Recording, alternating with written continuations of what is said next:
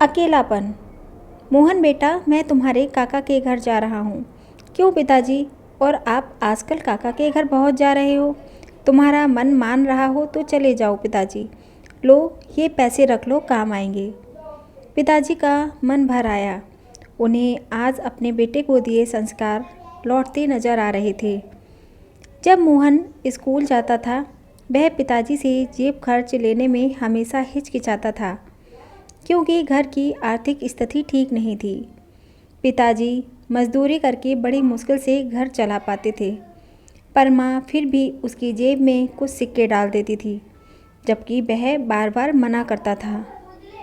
मोहन की पत्नी का स्वभाव भी उसके पिताजी की तरफ कुछ खास अच्छा नहीं था। वह रोज़ पिताजी की आदतों के बारे में कहा सुनी करती थी।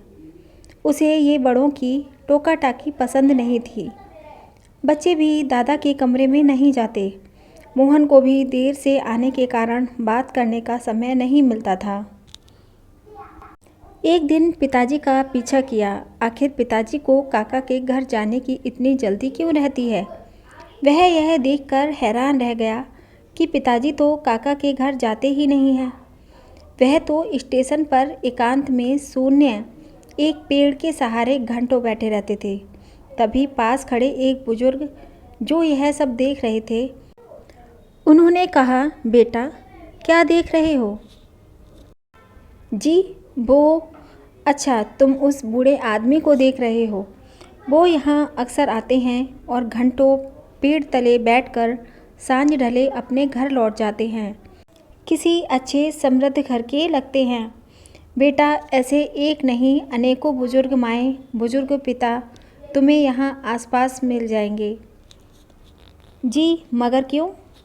बेटा, जब घर में बड़े बुजुर्गों को प्यार नहीं मिलता, उन्हें बहुत अकेलापन महसूस होता है, तो वे यहाँ वहाँ बैठकर अपना समय काटा करते हैं।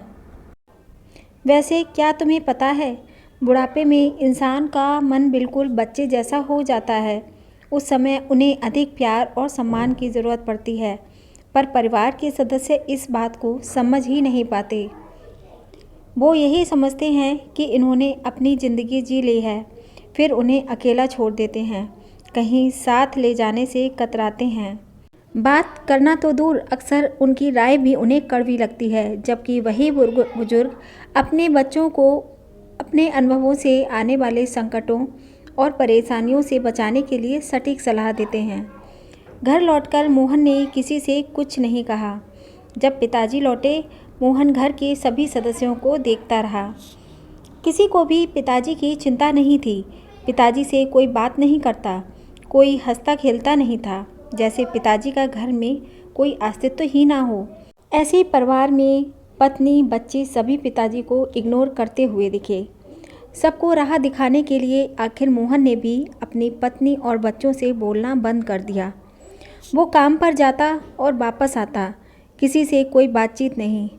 बच्चे पत्नी बोलने की कोशिश भी करते तो वह भी इग्नोर कर काम में डूबे रहने का नाटक करता। 3 दिन में सभी परेशान हो उठे। पत्नी, बच्चे इस उदासी का कारण जानना चाहते थे। मोहन ने अपने परिवार को अपने पास बिठाया।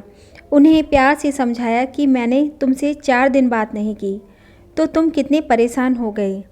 अब सोचो, तुम पिताजी के साथ ऐसा व्यवहार करके उन्हें कितना दुख दे रहे हो। मेरे पिताजी मुझे जान से प्यारे हैं, जैसे तुम्हें तुम्हारी माँ। और फिर पिताजी के अकेले स्टेशन जाकर घंटों बैठकर रोने की बात बताई। सभी को अपने बुरे व्यवहार का खेद था।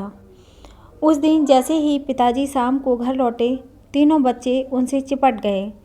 दादाजी, आज हम आपके पास बैठेंगे, कोई किस्सा कहानी सुनाओ ना। पिताजी की आंखें भीग आईं। वो बच्चों को लिपटकर उन्हें प्यार करने लगे। और फिर जो किस्से कहानियों का दौर शुरू हुआ, वो घंटों चला।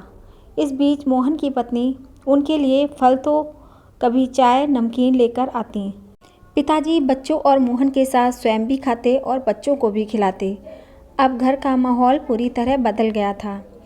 एक दिन मोहन बोला, पिताजी, क्या बात है, आजकल काका के घर नहीं जा रहे हो? नहीं बेटा, अब तो अपना घर ही स्वर्ग लगता है।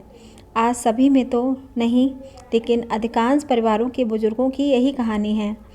बहुधा आसपास के बगीचों में, बस अड्डे पर, नज़दीकी रेलवे स्टेशन पर परिवार से तिरस्कृत भरे पूरे परिवार में एकाकी जीवन बिताते हुए ऐसे कई बुजुर्ग देखने को मिल जाएंगे। आप भी कभी न कभी अवश्य बूढ़े होंगे। आज नहीं तो कुछ वर्षों बाद होंगे। जीवन का सबसे बड़ा संकट है बुढ़ापा। घर के बुजुर्ग ऐसे बड़े बूढ़े वृक्ष हैं जो बेशक फल न देते हों पर छांव तो देते ही हैं। अपना बुढ़ापा खुशहाल बनाने के लिए बुजुर्गों को अकेलापन महसूस न होने दीजिए। उनका सम्मान भले ही ना कर पाएं, पर उन्हें तिरस्कृत मत कीजिए। उनका ख्याल रखिए और ध्यान रखिएगा कि आपके बच्चे भी आपसे ही सीखेंगे। अब ये आपके ऊपर निर्भर है कि आप उन्हें क्या सिखाना पसंद करते हैं। दोस्तों, आशा करती हूँ कि आप लोगों को ये कहानी अवश्य ही पसंद आई होगी। अगर कहानी सुनना आप पसंद करते हैं तो हमारे चैनल को सब्सक्राइब ज़रूर कीजिए, वीडियो को लाइक कीजिए और शेयर अवश्य कीजिए। धन्यवाद।